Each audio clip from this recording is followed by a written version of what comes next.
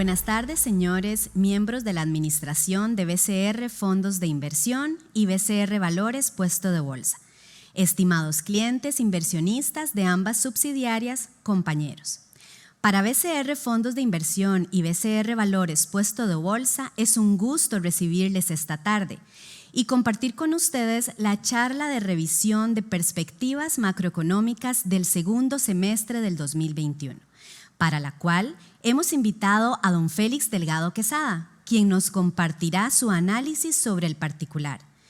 Antes de dar inicio a la charla, me permito presentarles al señor Marco Chávez, gerente de negocios de BCR Valores, quien dirigirá un mensaje de bienvenida para ustedes.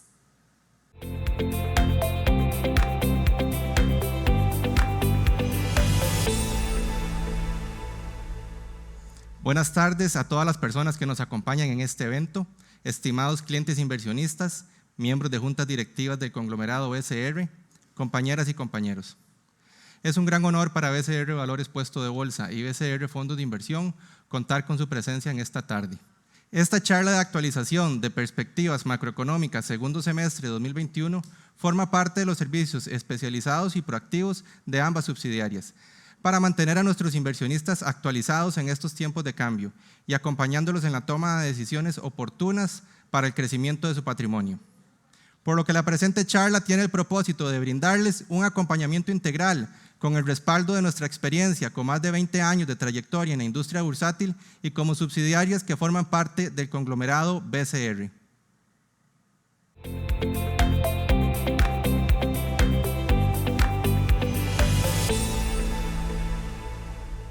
Para dar inicio con la charla de esta tarde, me permito presentarles al señor Félix Delgado, quien es nuestro expositor del día de hoy.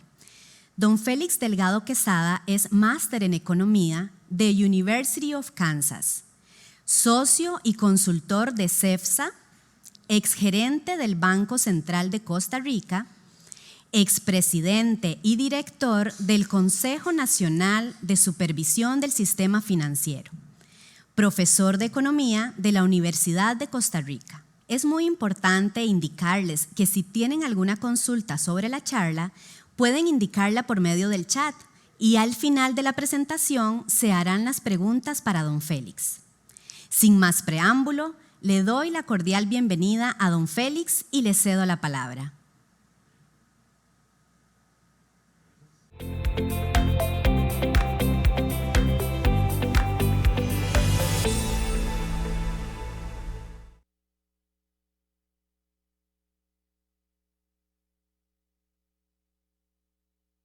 Gusto poder compartir con ustedes hoy algunas reflexiones sobre los temas que nos interesan en este momento, cuáles son las perspectivas de la economía para el corto plazo, entendiendo por corto plazo lo que resta de este año y el año próximo, y vamos a dedicarnos entonces a tocar estos temas, a abordar estos temas con la presentación que vamos a hacer acá.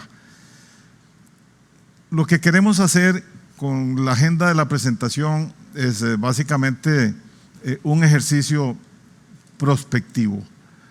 ¿Qué queremos decir con esto? De lo que estamos hablando es de un ejercicio donde queremos comentar con ustedes cómo estamos viendo la economía para el resto de este año y el próximo año, particularmente frente a los principales indicadores macroeconómicos. Y para hacer estas tareas, bueno, estos son ejercicios de modelaje económico que se llama, que se basan fundamentalmente en la identificación de interrelaciones entre las distintas variables, con una serie de aspectos que le vienen de afuera al modelo. Y por eso uno de esos aspectos es lo que ocurre con el sector externo de la economía, que sucede en otros países. Vamos a hablar entonces de cuáles son nuestras premisas sobre las perspectivas del entorno internacional. Vamos a conversar sobre qué ha venido ocurriendo en este primer semestre y vamos a conversar desde luego sobre nuestras premisas internas, el funcionamiento de esta economía que afecta a nuestro modelaje, a nuestras previsiones, ¿no? Y con eso en mente aterrizaríamos entonces en el plato fuerte de hoy, que es por donde estamos viendo la evolución de la economía en el resto del año. Hablemos sobre el entorno internacional. Lo que es bien claro es que el entorno mundial, que es muy importante para la economía de Costa Rica, es más favorable. Y este entorno mundial es muy importante porque esta es una economía muy pequeña y muy abierta, y con esto lo que queremos decir es que tiene mucha relación con el extranjero, y en esa relación con el extranjero generamos ingresos para nuestra población vía las exportaciones de bienes y vía las exportaciones de servicios. De manera que, como todo esto depende de la capacidad de compra que tengan afuera para comprar nuestros productos, entonces un entorno mundial más favorable es importante para la economía de Costa Rica. En primer lugar, la expansión mundial se está acelerando con la relativa normalización de los procesos de vacunación frente a las restricciones que tuvimos y que son de todos conocidas en el año 2020 y que seguimos teniendo todavía. Pero los procesos de vacunación han permitido una recuperación muy rápida según los indicadores que nosotros empleamos para estos propósitos, que son fundamentalmente Banco Mundial y Fondo Monetario Internacional, ¿no?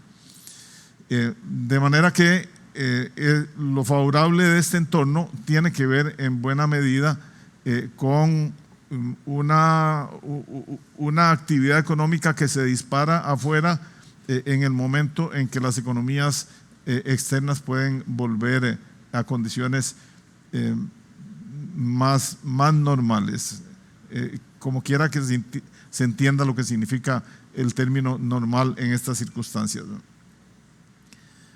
Las restricciones se han eliminado, lo que estamos viendo es un crecimiento muy fuerte de la economía de los Estados Unidos con base en las estimaciones del Fondo Monetario, que ustedes las pueden ver claramente aquí. Y lo que es importante es detallar que las estimaciones tienen, digamos, la solidez de que el fondo ha venido revisándolas con más frecuencia de lo normal. El fondo normalmente hace estimaciones para la economía mundial y estimaciones para las principales economías del mundo un par de veces al año, en octubre y en abril. Pero en esta ocasión, con las cosas cambiando, con la velocidad que cambian, el fondo hizo revisión de estimaciones en diciembre, volvió a hacer las estimaciones de abril y ahora hizo una reestimación en este mes, y de esa reestimación está subiendo sustancialmente, como se puede ver en este cuadro, el crecimiento de las principales economías del mundo y de la economía costarricense incluso. Si ustedes ven, el crecimiento fuerte lo estamos esperando principalmente en los Estados Unidos, y para la economía de Costa Rica es muy importante este mercado porque es el principal mercado para todo en Costa Rica. Para las exportaciones de mercancías es el principal mercado de donde viene el turismo, es el principal mercado de donde vienen las inversiones, ¿no? De manera que el empuje de la economía de Estados Unidos es muy importante, ¿no? Y el empuje de la economía europea, que es ahí parecida a la economía centroamericana en importancia como mercado para Costa Rica, esas dos áreas son muy importantes. No lo es tanto el resto de Latinoamérica, porque nuestras relaciones con Sudamérica son relativamente reducidas, ¿no? Pero sí, como ustedes lo ven en el mapa, el mercado más cercano grande que tenemos es el mercado de Estados Unidos, y esperamos un crecimiento muy fuerte, ¿no? Para el 2021, las estimaciones con las que estamos trabajando nosotros como premisa de nuestro ejercicio de pronóstico es de un 7% de crecimiento este año en el PIB real de los Estados Unidos, de 3,3 en el 2022. Lo que tenemos enfrente no es de extrañar, es un conocido efecto rebote que ocurre cuando la economía cae mucho, como cayó en el 2020. Hay mucho espacio para que cuando las causas de la caída se resuelven o por lo menos va en camino de resolverse, para que la actividad económica tenga en el periodo siguiente un crecimiento muy fuerte y después empieza a volver a la normalidad, las tasas normales de crecimiento de Estados Unidos, que cuando camina muy bien anda entre el 2 y el 3%. La inflación, a pesar de que hemos estado viendo algunos empujes importantes de ajustes de precios que han afectado la inflación mundial, para Estados Unidos lo que se está esperando es un 3,4%, y estas que tenemos en pantalla son las estimaciones del Banco Central de los Estados Unidos, la Reserva Federal, en donde plantea un 3,4% de inflación, más alta que la que tenía 3 o 4 meses atrás, y una moderación en los años siguientes. En buena medida, esto lo consideran los distintos analistas como un fenómeno transitorio, un crecimiento fuerte de la inflación en este año se estima como un fenómeno transitorio, y lo que generalmente se discute en la profesión es el tamaño de la transitoriedad, qué tan transitorio es, si es transitorio en el resto del 2021 o si tiene implicaciones para 6, 12, 18 meses más adelante, ¿no? Y bueno, y esto implica que se necesitan ajustes en las políticas de los Estados Unidos en la medida en que la transitoriedad de este fenómeno no sea tan corta como por lo menos las autoridades lo estiman, ¿no?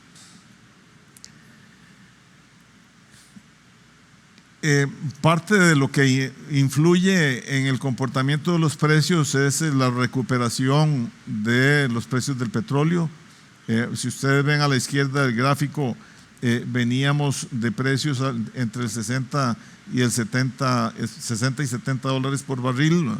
Y cayeron en picada en el año 2020 debido a la recesión mundial, con una recuperación fuerte muy todavía en el 2020, y con un aumento más moderado a partir de ahí que nos lleva a niveles arriba de 70 dólares por barril ahora. De manera que este es un factor importante de presión en los costos, ¿no? Lo que estamos viendo en este comportamiento de los precios del petróleo. Claro está que en la medida en que la demanda aumenta y hace subir los precios, en esa misma medida también hay más opciones de producción que se vuelven rentables a precios más altos, ¿no? Y entonces hay posibilidades de un aumento también de la oferta que limite los crecimientos de los precios hacia adelante, ¿no?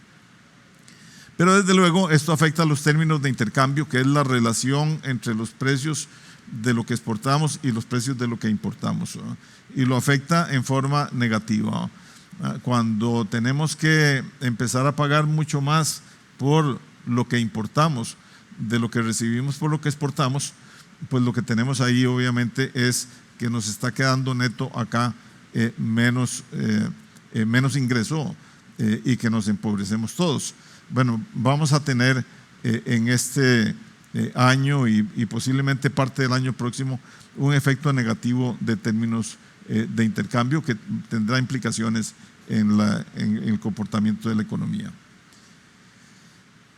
Hay un mayor volumen del comercio mundial, desde luego no es nada difícil que tengamos precios más altos del petróleo y que tengamos un mayor volumen del comercio mundial viniendo de las caídas del año anterior, que como lo pueden ver ustedes en este gráfico, la caída fue muy fuerte, y hay un efecto rebote en el 2021 en donde estamos estimando un fuerte crecimiento que gradualmente iría tendiendo a los niveles normales de crecimiento del comercio mundial, ¿no? Lo mismo ocurre con los precios del petróleo. Estamos anticipando el crecimiento que ustedes ven acá para el 2021 y una moderación en los precios del año 2022, de manera que el fenómeno de inflación provocado por el ajuste de los precios del petróleo es un fenómeno, eso es básicamente lo que hemos llamado un fenómeno transitorio sobre la inflación. En resumen, vamos a tener en los próximos 18 meses mayor crecimiento de los principales socios comerciales de Costa Rica. Vamos a tener condiciones financieras favorables por algún tiempo más en términos de bajas tasas de interés en los mercados internacionales, y continuará el proceso de vacunación caminando hacia lo que se llama inmunidad de rebaño. El entorno de la política monetaria expansionista en los Estados Unidos ya nos han avisado de la Reserva Federal en estos últimos días que se va a mantener todavía, no se asustan por los niveles de inflación que están viendo en estos tiempos, que son relativamente atípicos para la economía de Estados Unidos, porque los consideran transitorios, y entonces advierten que todavía tienen margen para continuar con el ritmo de política expansiva y no empezar a devolverse a restringir. El temor naturalmente es que si se anticipan con la restricción para evitar que el fenómeno inflacionario se vaya a enquistar un poco más de la cuenta, pues se pueden frenar el impulso de crecimiento de la actividad económica. El volumen de comercio mundial se recupera y vamos a tener, como ya dijimos, más inflación en general. ¿Qué vemos en Costa Rica? Lo que hemos tenido en este primer semestre son resultados mixtos. Tuvimos una intensificación de los casos de la pandemia. El COVID-19 tuvo un brote mucho más fuerte hacia abril y mayo de lo que habíamos visto antes, y mucho más fuerte, lo recordaremos, ¿no?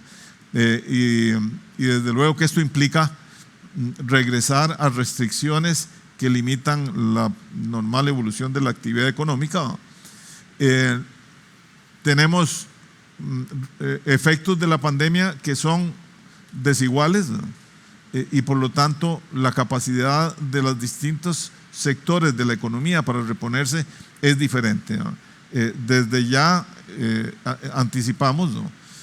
Que la capacidad de sectores como el turismo para reponerse es muy reducida, y va a ser de los últimos sectores que se reponga. Mientras tanto hay una recomposición de la producción industrial y hay mejor evolución del comercio de lo que habíamos venido viendo. ¿Qué va bien? La actividad económica de las zonas francas. Esto es muy importante. El crecimiento de las exportaciones ha sido muy fuerte y fundamentalmente tiene que ver con las zonas francas. Hay mejora en las finanzas públicas, resultados mejores de lo que podríamos anticipar 3 meses atrás, y estamos cerrando en junio con un superávit primario, y esto hace muchos muchos semestres que no vemos un superávit primario. La inflación se mantiene relativamente baja, aunque ya empezamos a ver los efectos de presiones al alza, que en general los asociaríamos en primera instancia con lo que está pasando con los precios del petróleo, porque todavía estamos viendo la capacidad de gasto más o menos restringida, obviamente no como un año atrás, ¿no? Pero todavía restringida porque la inflación, porque el desempleo, sigue siendo relativamente alto. El comercio internacional nos muestra exportaciones con crecimiento de 25% en este primer semestre respecto al primer semestre del año pasado. No es sorprendente, no es extraordinario. Un 25% en condiciones normales es una tasa totalmente extraordinaria, pero en condiciones anormales no, porque estamos comparando con un primer semestre del 2020 en donde las exportaciones cayeron muy fuertemente. El acceso al financiamiento externo se mantiene en buena medida muy ligado y muy relacionado con lo que sigamos haciendo en relación con el convenio con el Fondo Monetario. Han entrado ya más de 900 millones de dólares de créditos externos. Entró recientemente el primer desembolso del financiamiento del Fondo Monetario, y hay una agenda pendiente en la Asamblea Legislativa de créditos que ya están conversados, algunos muy avanzados, pero que tienen que aprobarse en la Asamblea Legislativa, como bien lo sabemos. ¿A dónde falta mejorar? Falta mejorar en la actividad económica doméstica. La actividad económica hacia el exterior está caminando bien, reiteramos, fundamentalmente zonas francas, ¿no? Pero no están caminando bien las exportaciones. Están mejorando, pero no tan rápido las exportaciones del resto de la economía, lo que llamamos el régimen definitivo en las estadísticas del Banco Central, ¿no? Ese todavía va con lenta recuperación, ¿no? La confianza, los índices de confianza que se miden en distintos estudios todavía tienen espacio para mejorar, todavía muestran una visión negativa, y esto es importante por lo que tiene que ver con las decisiones de gasto y con las decisiones de inversión de la gente, ¿no?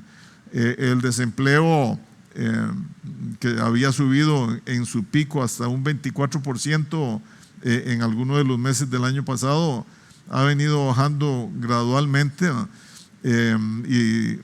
Y estaba en torno al 17%, pero las últimas cifras que vimos creo que a mayo, si mal no recuerdo, mayo o a junio, el desempleo se devolvió un poquito, ahí está más cerca del 18% ahora, de manera que ahí tenemos un problema que resolver, ¿no? La calificación de riesgo país sigue estando entre las más bajas de América Latina, y esto desde luego que limita la posibilidad de aprovechar el acceso al mercado internacional, en donde hay mucha liquidez y por lo tanto hay muy bajas tasas de interés, ¿no? Pero esta oportunidad obviamente es una oportunidad que se nos va, no hay manera de resolver esto en el corto plazo. Y en el año pasado y parte de este primer semestre, el Banco Central tuvo algunos contratiempos en el mercado cambiario, y eso lo condujo a perder reservas netas por 700 millones de dólares de noviembre pasado ahora al mes de junio. Esto es importante porque representa fácilmente entre un 10 y un 15% de las reservas internacionales totales. ¿Qué premisas, sobre qué bases, sobre qué premisas estamos trabajando nosotros con nuestro ejercicio? Bueno, estamos enfrentados a una serie de desafíos en un proceso de reactivación en donde en el tema fiscal todavía tenemos pendientes algunos aspectos importantes que van a seguir limitando la recuperación de la actividad económica.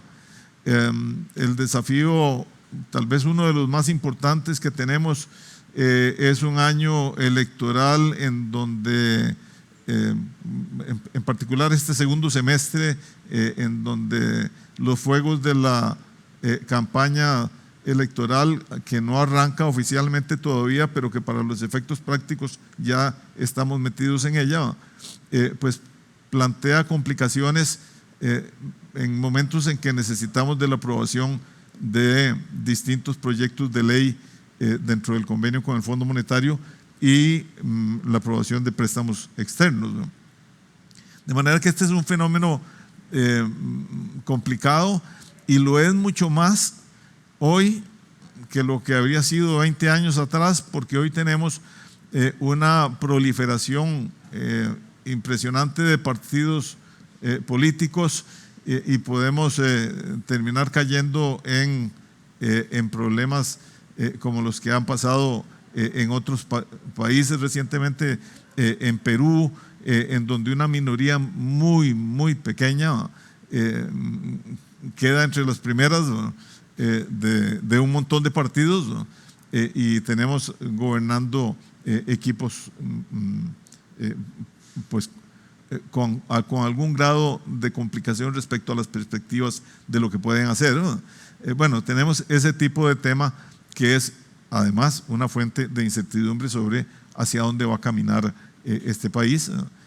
La economía mejora, pero no regresa todavía a la situación prepandemia, ¿va?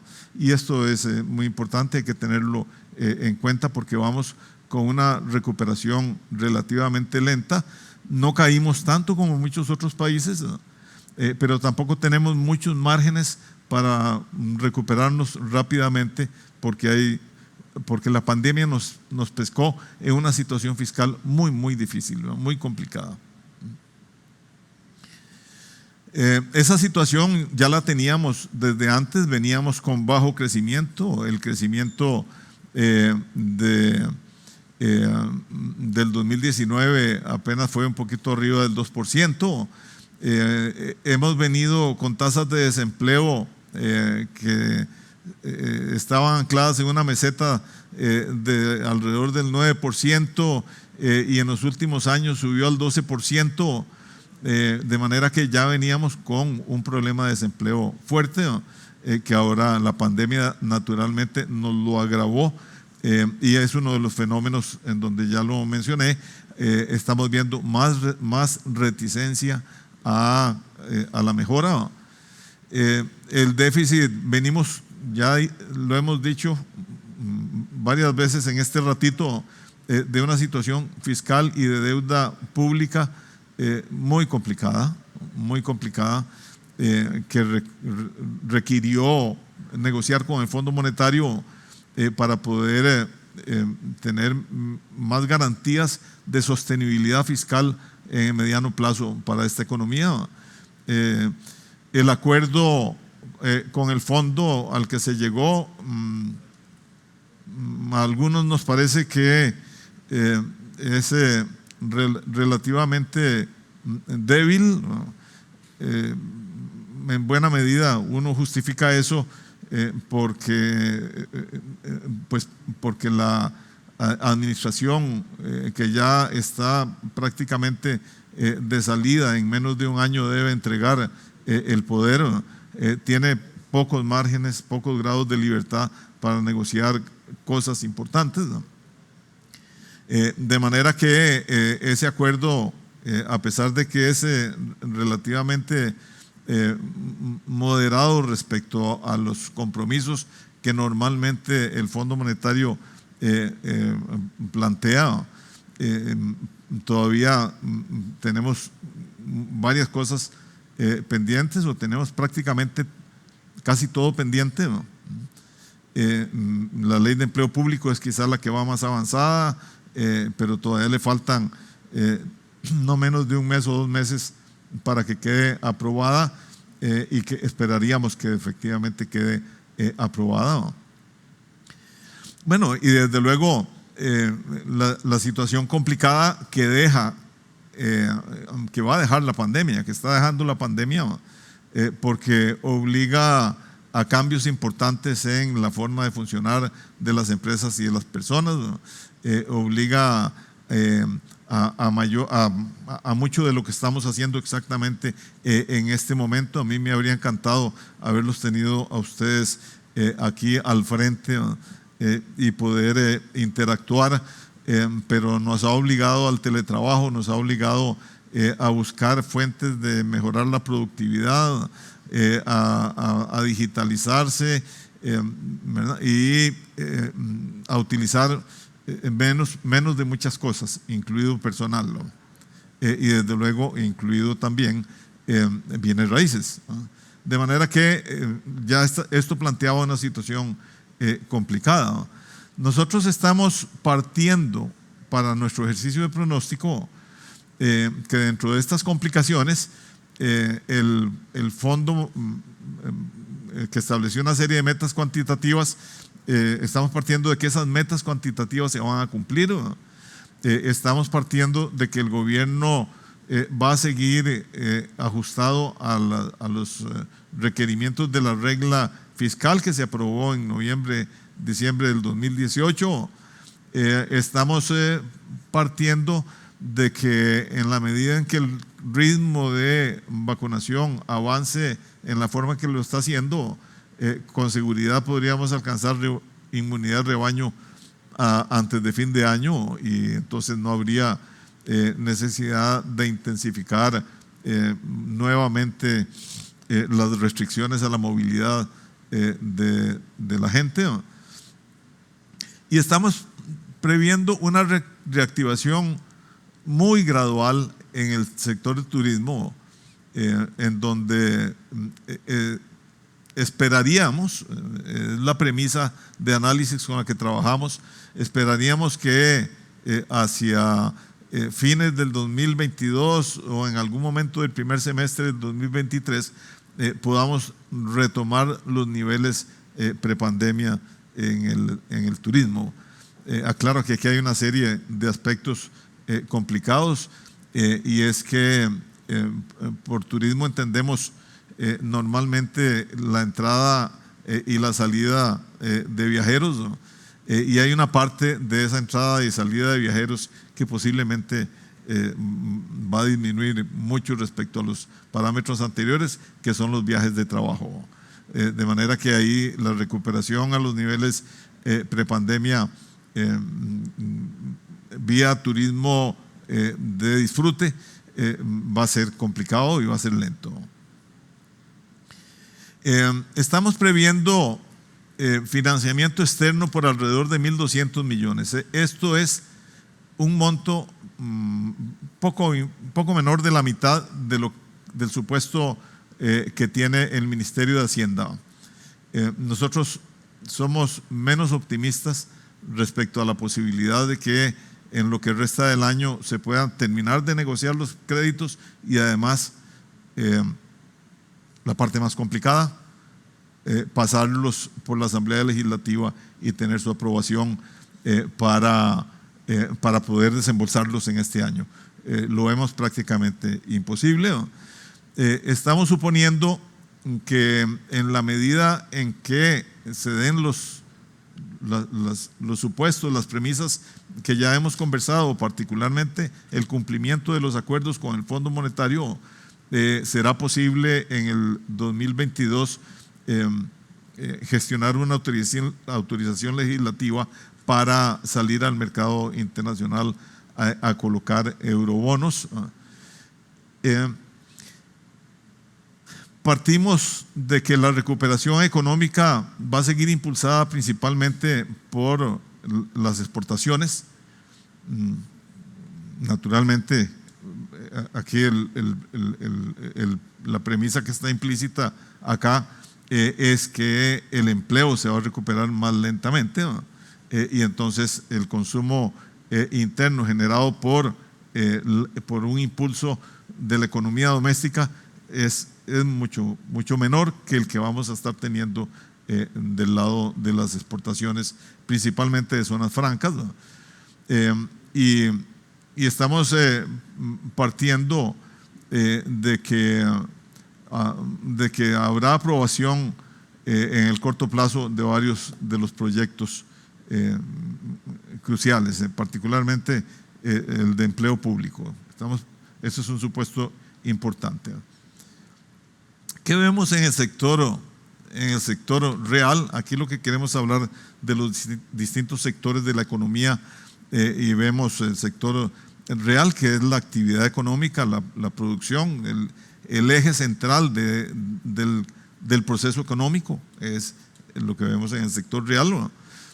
Y a esto le agregamos el resto de las cosas que van anexas a la actividad productiva de una economía, ¿no? Que es sus relaciones con el exterior, el sector externo, que es la situación de un actor muy importante, la situación financiera de un actor muy importante como es el sector público, el gobierno principalmente, ¿no? Entonces la parte fiscal nos interesa, ¿no?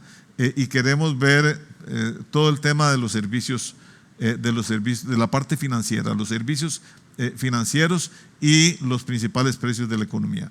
Esos son los distintos sectores sobre los cuales nosotros hacemos pronóstico.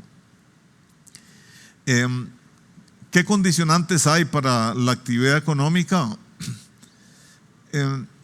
Nosotros estamos viendo que no hay exactamente una confianza total en que vamos a tener un cumplimiento de los acuerdos con el Fondo Monetario en los plazos en que están establecidos, ¿no?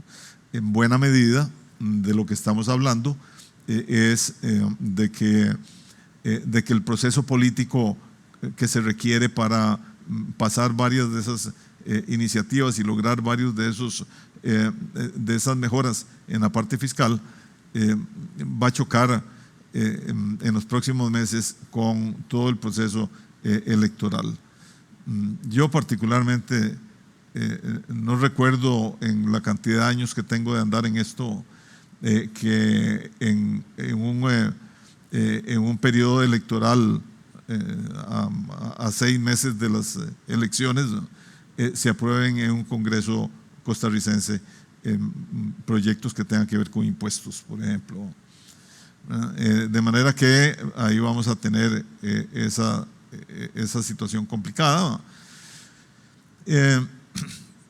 Las elecciones, entonces, el riesgo de incumplimiento y los cambios estructurales que se requieren, la forma en que van a ir ocurriendo esos cambios estructurales en la economía post-COVID, son fuentes de incertidumbre y son fuentes de riesgo.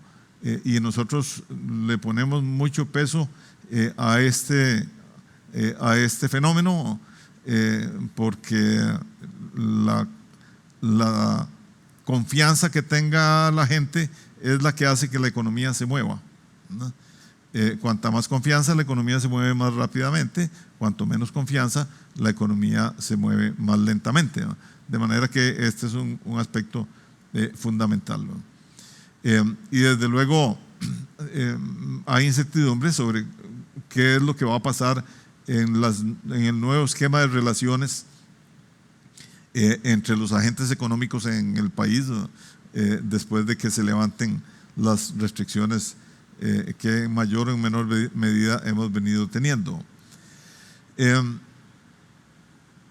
Un factor condicionante que en este momento uno diría que es fundamental es la política económica de un nuevo gobierno en circunstancias en donde no tenemos ninguna claridad de cuál puede ser el signo de un nuevo gobierno, y entonces las definiciones de política de un nuevo gobierno son parte de los temas que están dentro de la categoría de factores muy inciertos, ¿no? La actividad económica, si lo vemos aquí con datos del IMAE, que es el índice mensual de actividad económica, la actividad ha tenido un comportamiento dual. Esta es una economía bastante fraccionada, ¿no? En el lado derecho de la pantalla lo que vemos es la evolución del IMAE en los regímenes especiales. Lo que ustedes pueden ver es una caída muy moderada cuando empezó la pandemia, con una recuperación del volumen de actividad ahí que ocurrió pocos meses después del brote de la pandemia, y que ahora va disparada, como se puede ver. Del lado izquierdo lo que tenemos es el régimen definitivo, que aporta más del 80% del valor agregado de la economía, o sea, su aporte al PIB es mucho más fuerte, ¿no? Y que tuvo una caída en picada entre marzo, abril, mayo, y se ha venido recuperando, pero todavía está muy lejos de alcanzar los niveles de enero, febrero del 2020, ¿no? Eso nos plantea a nosotros la definición, la decisión de proponer un ajuste, más que proponer, estimar un ajuste al alza de nuestras proyecciones de crecimiento, pero un ajuste bastante moderado. Nosotros estamos partiendo de que la economía crece 2.6 este año en vez de 2.4 que estábamos viendo en enero, en febrero, cuando presentamos en CEPSA los indicadores, nuestros primeros ejercicios de pronóstico. Con lo que ha venido pasando desde que elaboramos este ejercicio hasta hoy, la primera semana de agosto, uno podría pensar que este 2.6 está en el rango bajo, es conservador, ¿no? Pero en todo caso difícilmente veríamos que avance mucho más allá, no lo veríamos subiendo, quizás si acaso en el mejor de los casos, si continúan las tendencias de los últimos 2 meses que nosotros no teníamos a la mano cuando hicimos nuestro ejercicio, pues si acaso podría llegar a un 3%, pero no lo veo mucho más allá de eso. Empiezo a mencionar esto porque tenemos, como ustedes lo podrán haber visto en la prensa, estas cifras discrepan bastante de lo que el Banco Central recientemente, ahora en estos últimos días, divulgó como su posición. El Banco Central está esperando un crecimiento muy fuerte, un rebote muy fuerte este año, para llevar el crecimiento a 3.9. En el año próximo vamos a andar alrededor del 3 y algo, tal vez todavía con diferencia los dos, pero vamos a estar situándonos en alrededor de 3,5%, 3,3 es nuestra estimación. Tal vez ahora más adelante podemos hacer un comentario de la diferencia fundamental en la visión que tenemos nosotros versus la visión que tiene el Banco Central, ¿no?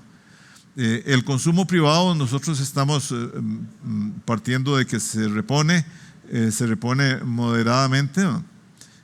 Y en buena medida el que se reponga moderadamente, en nuestra visión, tiene que ver con la lentitud con la que vamos a ir recuperando los niveles de empleo que teníamos, o los porcentajes de empleo que teníamos prepandemia, que son fundamentales para poder estimular el consumo interno. De manera que estamos viendo, respecto a nuestra estimación de febrero, estamos viendo mejores números, ¿no? Pero no impresionantemente mejores, ¿no? Estamos previendo un menor comportamiento de la inversión de lo que preveíamos en enero para este año, y una mejora así importante en el 2022. Y este es otro de los puntos en donde tenemos discrepancia importante con el Banco Central, ¿no? La tasa de desempleo la estamos estimando en alrededor del 15% para al año 22. En este año estamos estimando que todavía se situaría por encima del 17%, que es una tasa muy, muy alta, ¿no?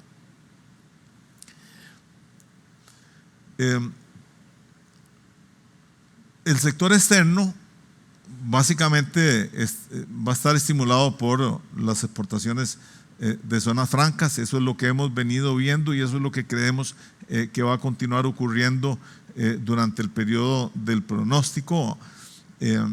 Las exportaciones del resto de la economía van a mejorar, pero van a mejorar mucho más lentamente, de manera que el impulso fundamental que estamos viendo del lado de las exportaciones es por el lado del régimen de zonas francas, ¿no?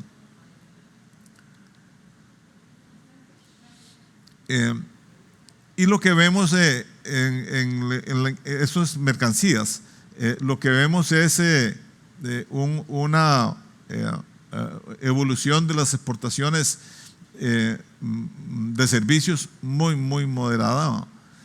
La recuperación del turismo va a ser muy lenta, y esto lo que implica es que vamos a tener rezagos importantes en la parte de exportación de servicios, ¿no?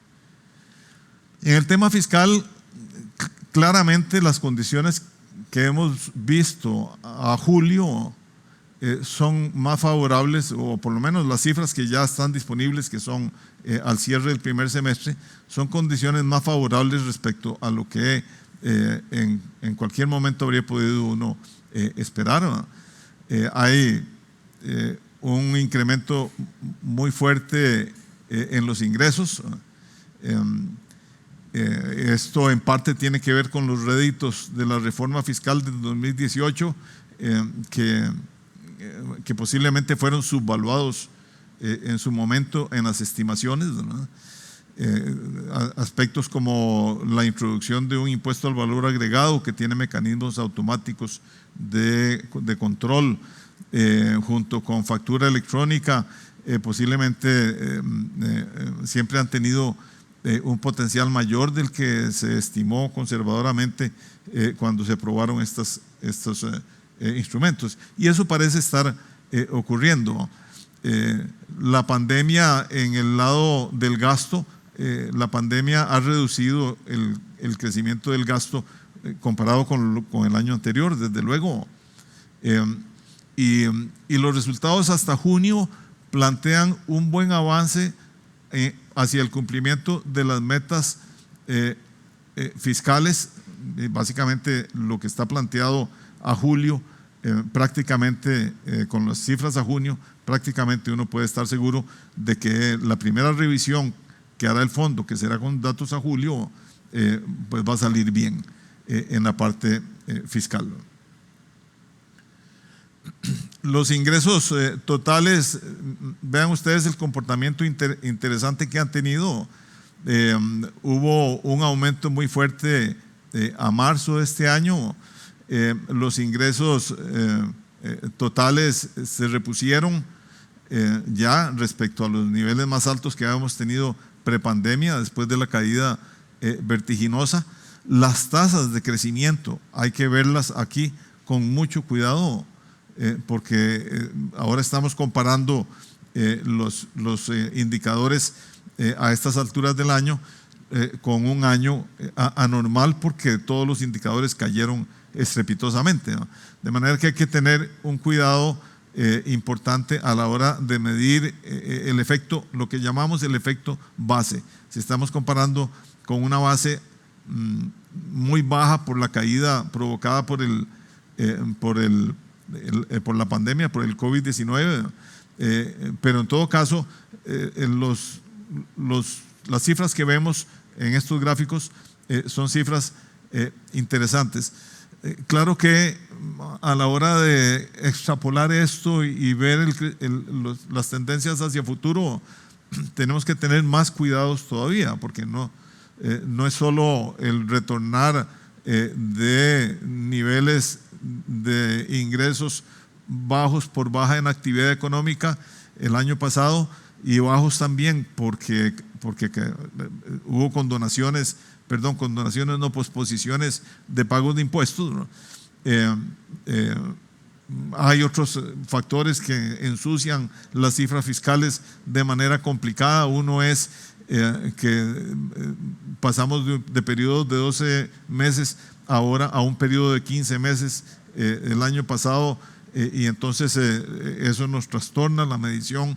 A partir de ahora seguimos midiendo periodos de 12 meses, pero en esta transición eso es un efecto que provoca distorsiones, como también lo provoca la inclusión de una serie de entes descentralizados en el presupuesto del gobierno, que se determinó por la ley de diciembre del 2018, la ley fiscal de noviembre del 2018. De manera que todas esas cosas enredan un poco la posibilidad de sacar conclusiones rápidas y fáciles de los ritmos de crecimiento que estemos viendo ahora, pero visto por cualquier lado, lo que se alcanzó a junio es mejor de lo que se habría esperado.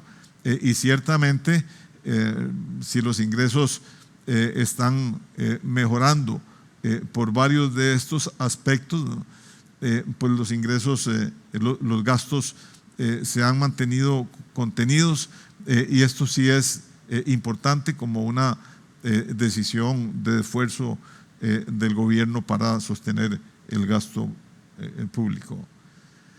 Los intereses son naturalmente el rubro que sigue creciendo más rápidamente, como lo podemos ver en este gráfico. Ya a junio representan casi una cuarta parte de los ingresos tributarios, un 28%, un 31%. Aquí lo que estamos viendo son las evoluciones. Creo que ahí nos faltó los periodos, pero estamos hablando de que ya está representando una proporción muy grande de los ingresos tributarios, y esto lo que significa es que de cada colón que me entra a la bolsa, tengo que sacar para deuda cerca de la mitad. Ya tengo que sacar para deuda solamente para pagar intereses un 40%. En esas condiciones ningún banco le presta a ningún deudor, ¿no? De manera que esto es parte de los temas importantes que tenemos, en donde se refleja una situación de insostenibilidad fiscal, ¿no? Y una situación socialmente poco deseable, porque lo que estamos haciendo es destinando a sectores de mayores ingresos una parte importante del gasto público, que es pagarles los réditos por el financiamiento que le dan al gobierno. El gobierno hasta el momento va bien con las captaciones. Yo pues diría que el riesgo de problemas de liquidez en este año se reduce bastante, porque el gobierno tiene captaciones ya a esta altura por un 21% más de lo que había anunciado para captar en el primer semestre, y los montos han sido importantes, ha tenido una buena respuesta, ha habido mucha liquidez en la economía. Es un tema que vamos a conversar en unos minutos, pero lo cierto es que este es un elemento importante. Nosotros estaríamos pensando que la recuperación de los ingresos los va a llevar a alrededor de un 14% del PIB en este y el próximo año, y eso es importante. Son niveles importantes, ustedes los ven en este gráfico, aún comparados con los niveles prepandemia. ¿Qué estamos estimando en materia de déficit financiero y de resultado primario? Recordemos que el déficit financiero es la diferencia entre los ingresos y los gastos del gobierno, y el déficit primario es esa misma diferencia, pero quitando de los gastos el renglón de intereses, ¿no? Lo que estamos viendo es una disminución, estamos viendo una disminución en el déficit, que son las barras azules, ¿no? Está en el lado negativo porque los déficits son negativos, ¿no? Pero estamos viendo una reducción del déficit que se cerraría en alrededor de un 5.8% del PIB en el 2022. En este año todavía estaríamos por encima del 6%, y el resultado primario todavía seguiría siendo déficit y estaría en 0.7 en este año. Eso lo que quiere decir es que lo que estamos esperando para el segundo semestre es una desmejora de las cifras que vimos para el primer semestre. Es en alguna medida natural. El segundo semestre es un semestre de más gastos, ¿no? Y con frecuencia en un semestre electoral totalmente, ¿no? Eso es todavía mucho más cierto. Dentro de estas condiciones, la deuda va a seguir subiendo. Eso no es ninguna novedad, eso estaba previsto en convenio con el Fondo Monetario. Estamos estimando que llegue a alrededor de un 72% en el 2022, el año próximo, y posiblemente suba un poquito más en el 2023 para empezar a reducir, a bajar en la medida en que todo el programa con el Fondo Monetario se ejecute tal como está previsto y tal como es una de nuestras premisas. En el sector financiero, vamos avanzando un poco más rápido. Lo que estamos viendo es algunas secuelas del COVID y de la forma en que lo enfrentamos, ¿no? El sistema financiero está muy líquido, y eso es parte de lo que uno esperaría ante la situación de incertidumbre que provocó la pandemia fuertemente el año anterior, ante la restricción en la capacidad de gastar que se generó también, y con la política monetaria expansionista del Banco Central, pues es natural que haya un sector financiero muy líquido. Sin embargo, a pesar de eso, el crédito al sector privado todavía no repunta, y entonces ahí lo que hay que ver es qué es lo que estamos logrando con la política expansionista de liquidez, y qué es lo que puede estar rezagando la evolución del crédito al sector privado. El tipo de cambio, pues con una tendencia al alza y con algunos episodios en donde el Banco Central ha tenido que intervenir, ¿no? Este gráfico lo que nos muestra es el crecimiento de los depósitos en moneda nacional, en sus tres principales componentes: cuenta corriente, ahorro y los depósitos a plazo. Y en las barras azules es lo mismo, pero en dólares. Si ustedes pueden ver, en ambos casos la preferencia por liquidez que marcó fuertemente el comportamiento de la gente el año pasado, a lo que condujo fue a una reducción en los depósitos a plazo, y por lo tanto a un aumento en la participación de los depósitos a la vista dentro del total. Muy fuertemente en dólares, en colones también lo fue, pero ya se moderó.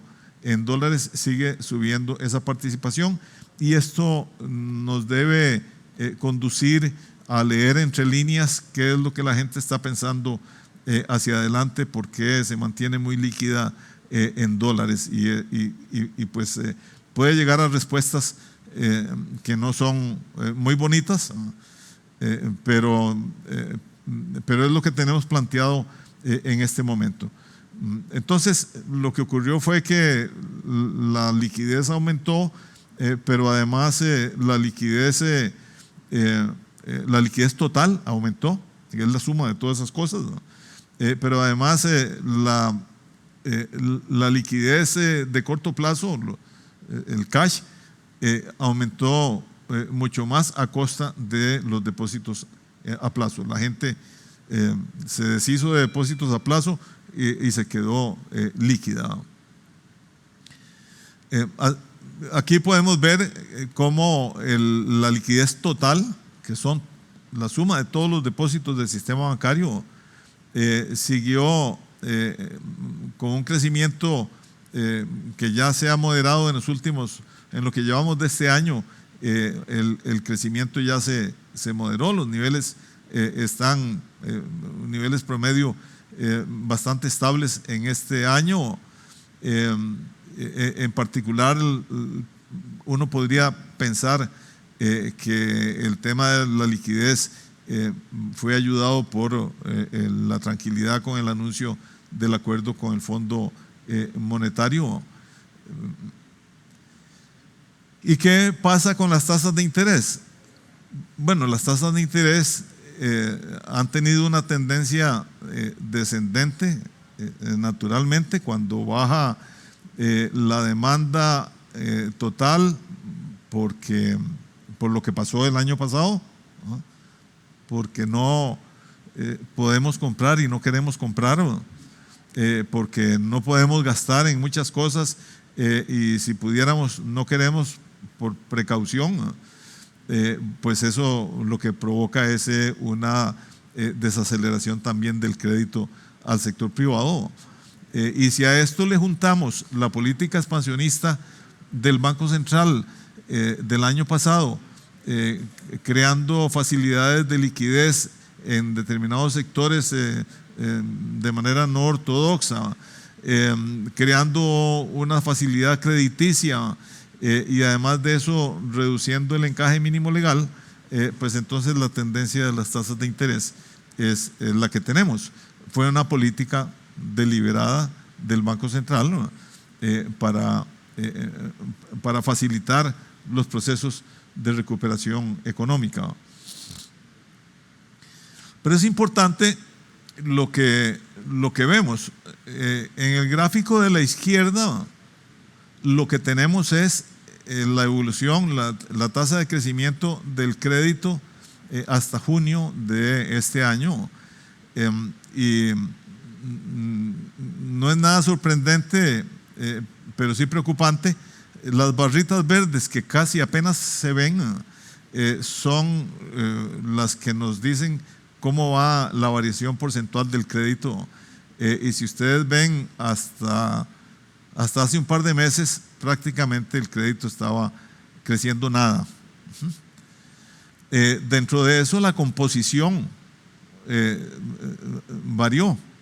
Dentro de ese casi nulo crecimiento del crédito, todavía a junio de este año está creciendo apenas un 0.6%, pero ha habido una desaceleración marcada del crédito en dólares, y un aumento del crédito en colones, de manera que el crédito total prácticamente no ha aumentado, y lo que ha habido es una recomposición de dólares a colones, que está muy asociada con la incertidumbre cambiaria.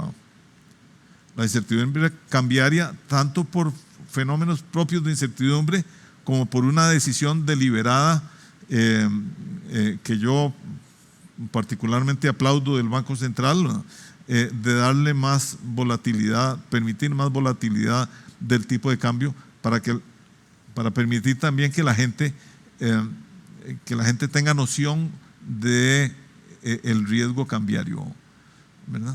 De manera que eso ayuda al proceso de desdolarización de la economía. El crédito al sector privado, como lo pueden ver, tiene el comportamiento descendente en el primer semestre del año pasado, luego crece, pero ya el crecimiento en los últimos 2 meses se ha moderado, y entonces lo que quiere decir esto es que no estamos viendo una tendencia digamos clara del crédito a crecer, ¿no? La recomposición del crédito es lo que estamos viendo acá. A la izquierda el crédito en colones, a la derecha el crédito en dólares, ¿no? Y en el mercado cambiario, ¿qué ha pasado? Bueno, lo que vemos en este gráfico, una tendencia persistente al alza, más moderada después de el anuncio del acuerdo con el Fondo Monetario, ciertamente, ¿no? De manera que en esta tendencia del tipo de cambio parece que uno puede encontrar influencia de incertidumbre sobre las políticas para corregir los problemas fiscales, ¿no?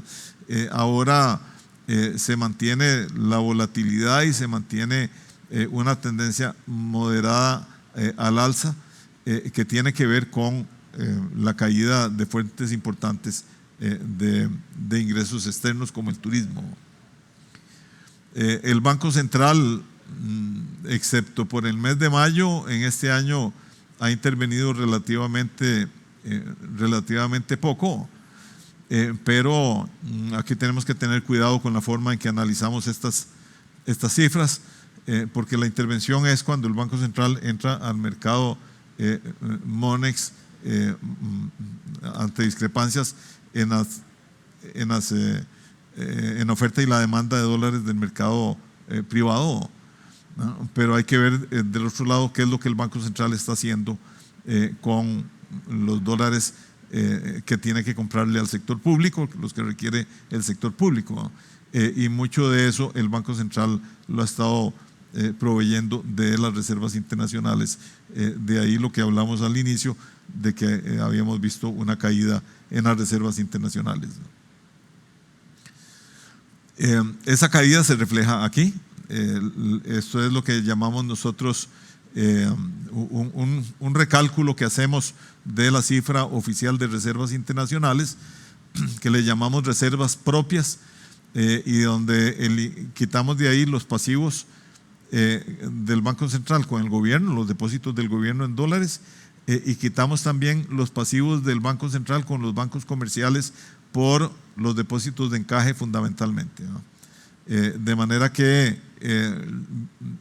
este indicador, que es algunos miles de millones más bajo que la cifra oficial de reservas, ¿no? Es el indicador que nos muestra a dónde está plantado el Banco Central, ¿no? Con reservas que son suyas propias para poder atender requerimientos de la economía. Y si vemos aquí, la caída ha sido una caída más o menos importante, ¿no? Han entrado algunos fondos, ¿no? Y esto ayuda a revertir un poco esta tendencia, ¿no? Banco Centroamericano, Banco Mundial, y los fondos del desembolso del Fondo Monetario, bueno, eso ayuda a apuntalar las reservas, pero esa es la tendencia que tenemos. La inflación a la baja, naturalmente en condiciones como las del año pasado, la tendencia que vemos ahí a la baja de la inflación es natural, ¿no?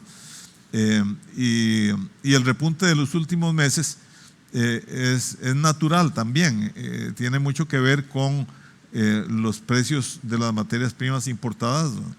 Y tiene algo que ver con algún repunte moderado en la demanda, que es lo que nos hace partir de que en este año vamos a tener crecimiento, no decrecimiento como el año pasado, sino que vamos a tener crecimiento económico, y ahí hay alguna presión de demanda. De manera que aquí juegan todos estos factores, ¿no?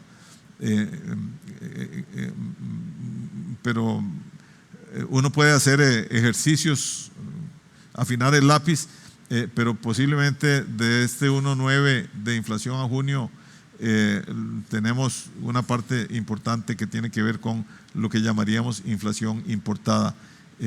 Un 1,9% es una tasa de inflación mucho más baja de la que Estados Unidos está mostrando en estos momentos.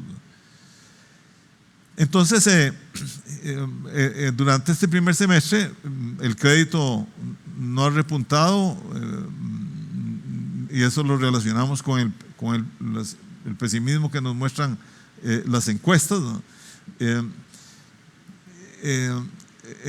De parte de los inversionistas, aquí la cosa es un poquito diferente, porque mejoró mucho su grado de confianza con el anuncio del acuerdo con el fondo. Las tasas de interés se han mantenido en lo que vamos del año, como se esperaría con una política expansionista del Banco Central, ¿no?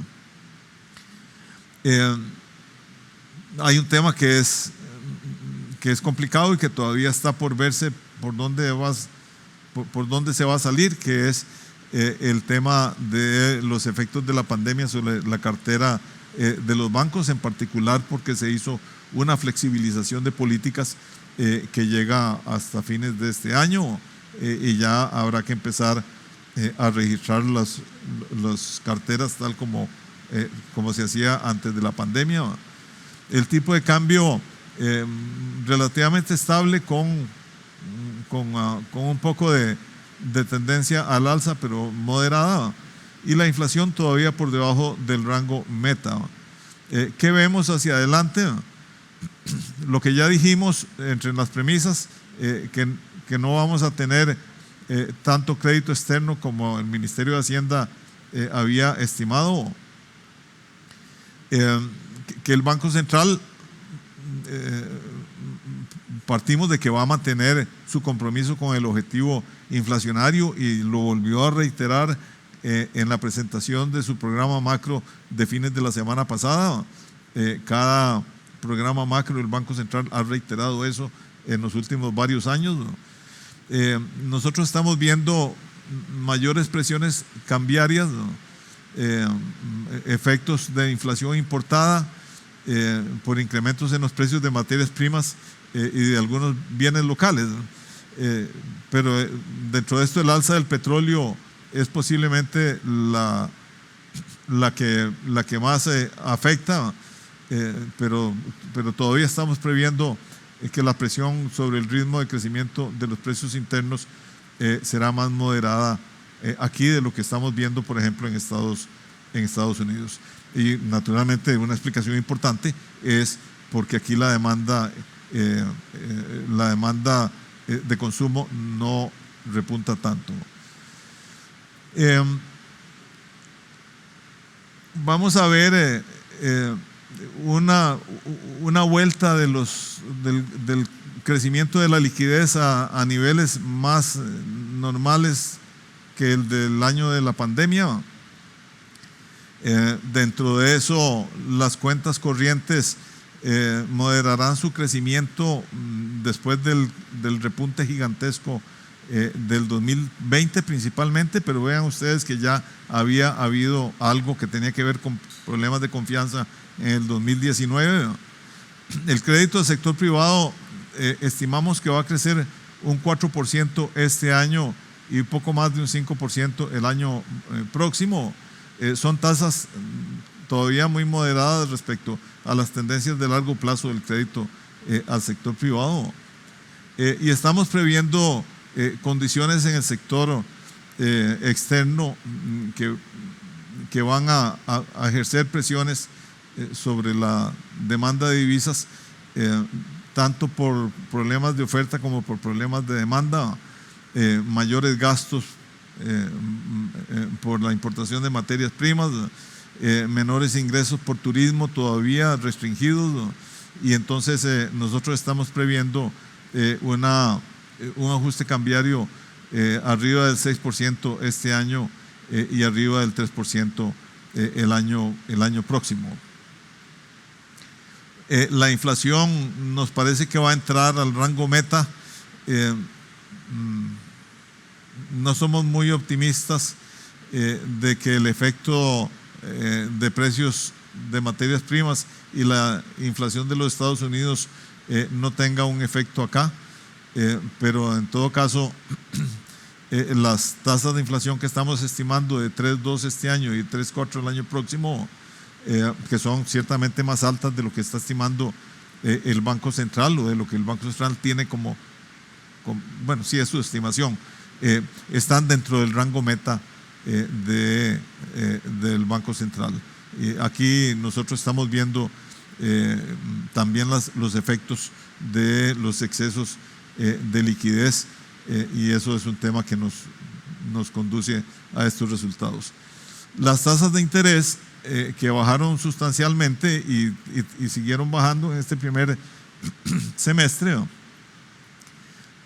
van a tener en este primer semestre, hacia el fin de año van a mantenerse muy estables, y un crecimiento muy moderado el año próximo.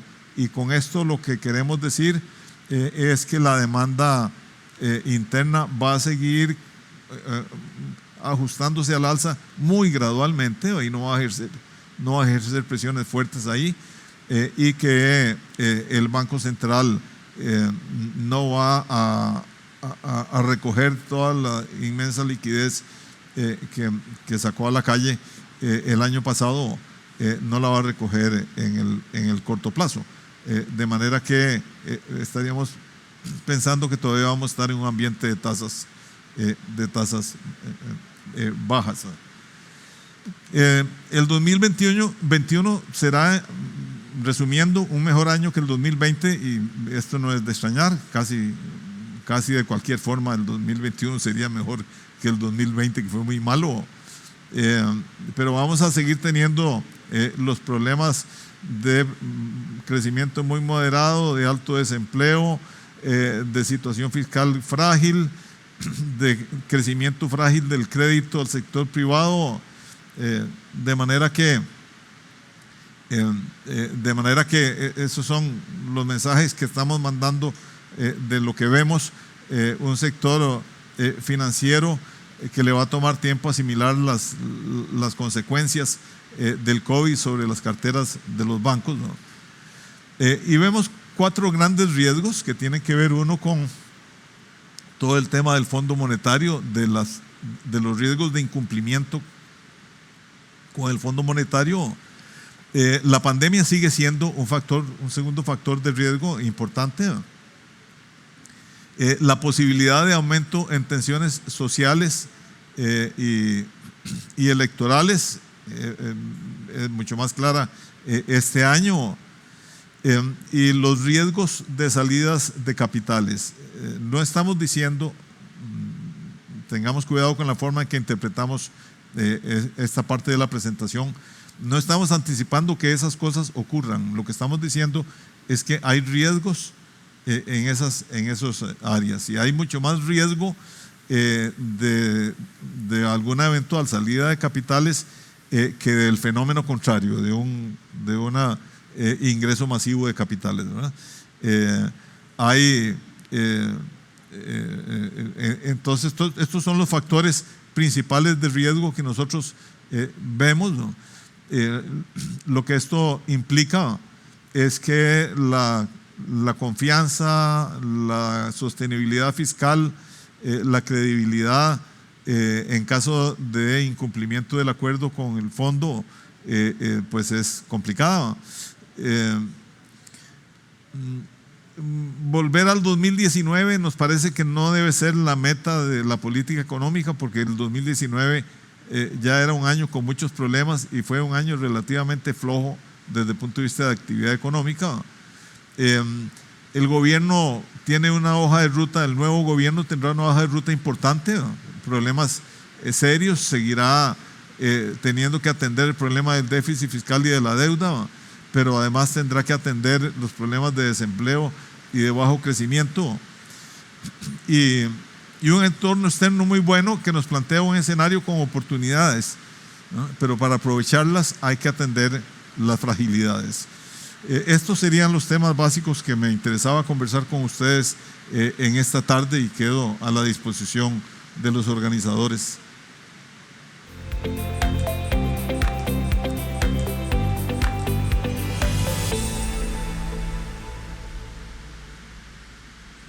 Muchas gracias, don Félix, por su siempre valiosa exposición. En este momento vamos a abrir un espacio de preguntas, para lo cual vamos a leer las que se han indicado por medio del chat.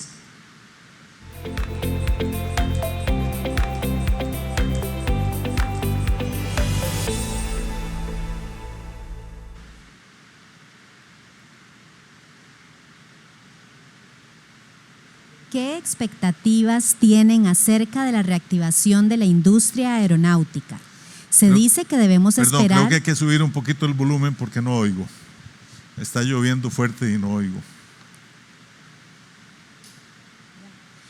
¿Qué expectativas tienen acerca de la reactivación de la industria aeronáutica? Se dice que debemos esperar al 2023 para obtener niveles de producción similares al 2019. Sin embargo, esperamos que los programas de vacunación a nivel mundial empujen a una pronta recuperación.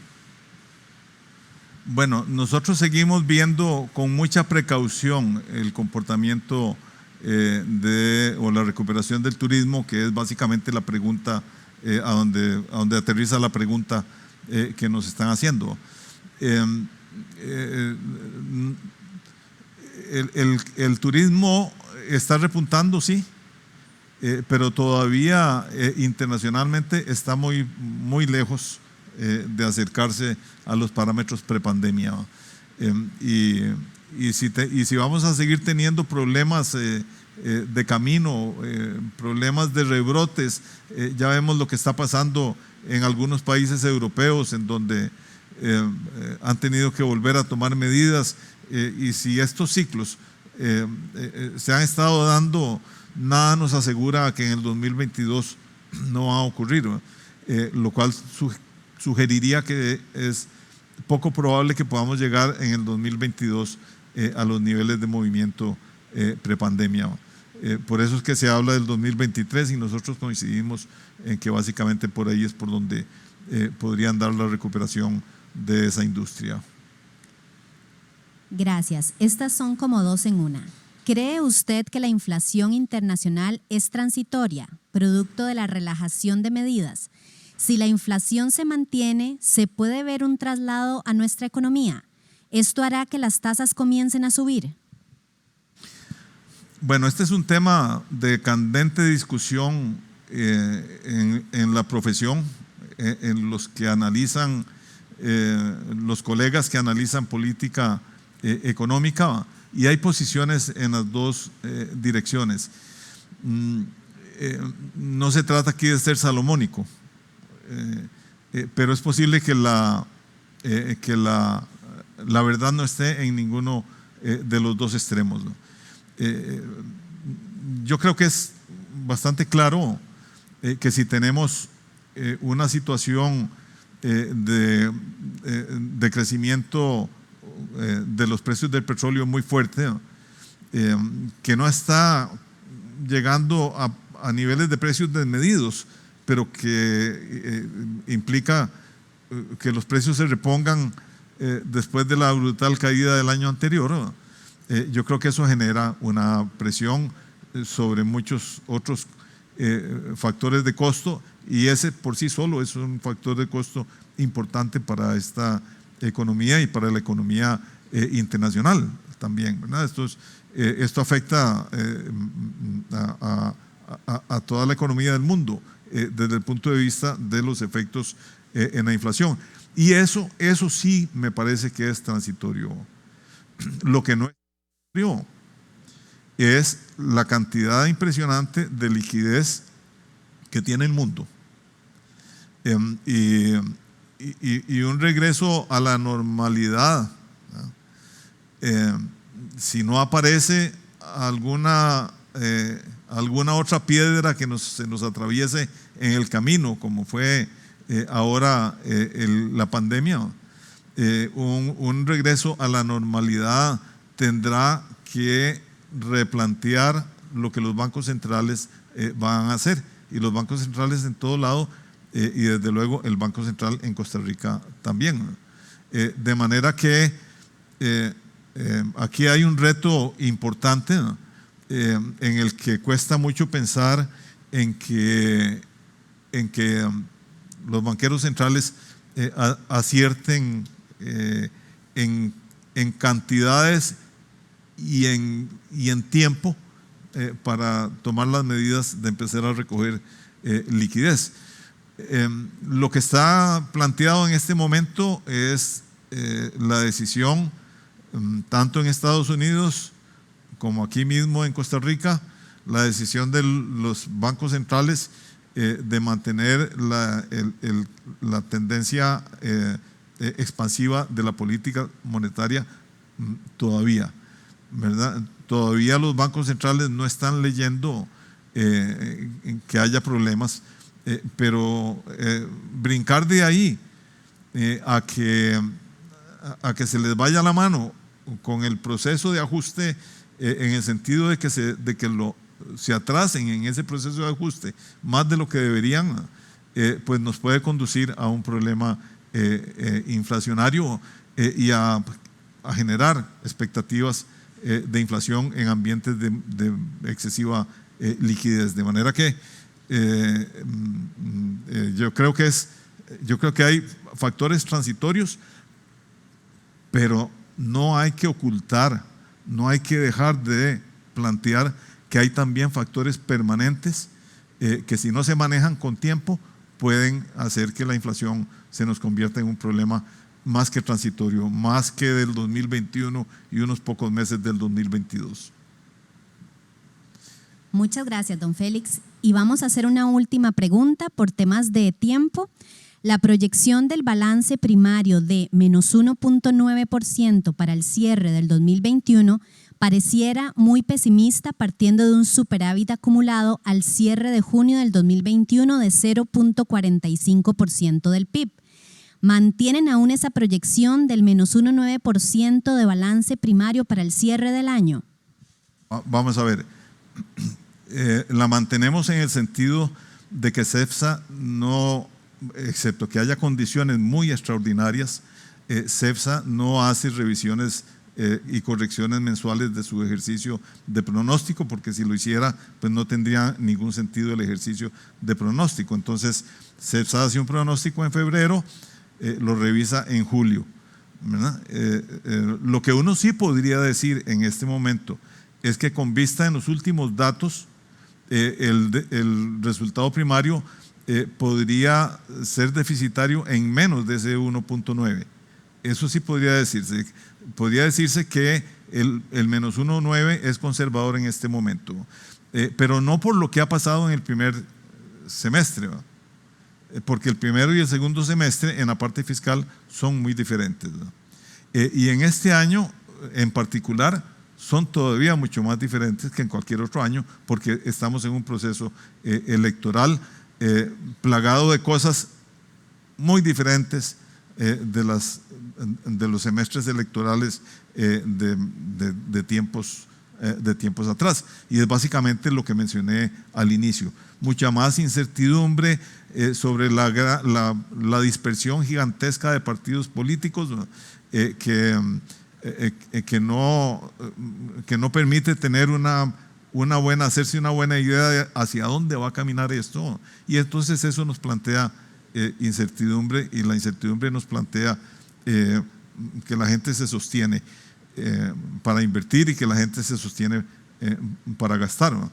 De manera que con esos fenómenos en medio, yo creo que sería factible que tengamos un déficit primario menor del 1.9% del PIB, pero no creo que sea que se convierta en un superávit. Eso puede mejorar, ¿no?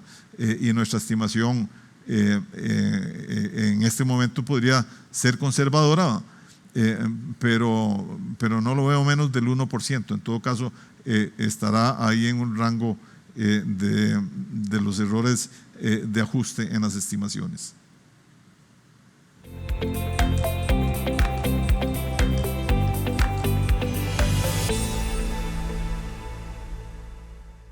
Finalmente, para concluir esta charla, voy a invitar a Natalia Garro Acuña, gerente de negocios y proyectos de BCR Sociedad Administradora de Fondos de Inversión, quien dirigirá un mensaje de cierre.